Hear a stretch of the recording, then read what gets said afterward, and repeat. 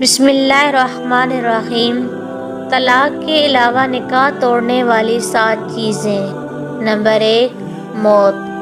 زوجین میں سے کسی ایک کے انتقال سے نکاح کا تعلق ختم ہو جاتا ہے۔ نمبر 2، خلا، یعنی میاں بیوی باہمی طور پر نکاح ختم کرنے پر راضی ہو جائیں تو نکاح ٹوٹ جاتا ہے۔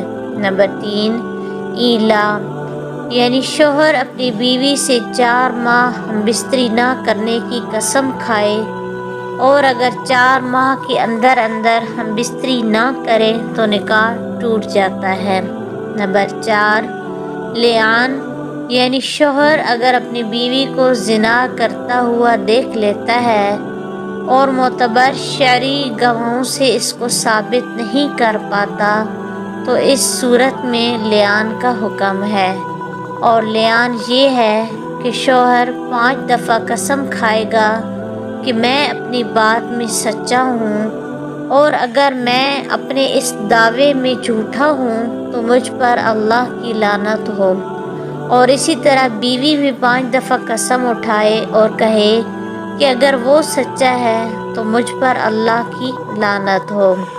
اس طریقے سے زوجین میں لعان جاری ہونے کے بعد آپس میں ازدواجی تعلق حرام ہو جاتا ہے۔ نمبر 5، شوہر کا غائب ہونا۔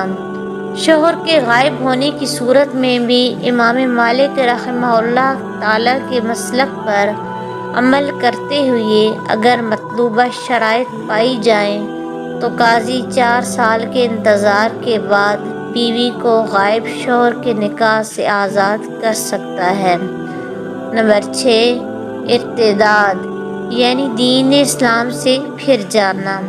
زوجین میں سے اگر کوئی بھی دین اسلام چھوڑ دے والعیاذ باللہ تو دونوں کا نکاح ختم ہو جائے گا۔ نمبر 7، نکاح کے بعد رضاعت کا یقینی علم ہونا۔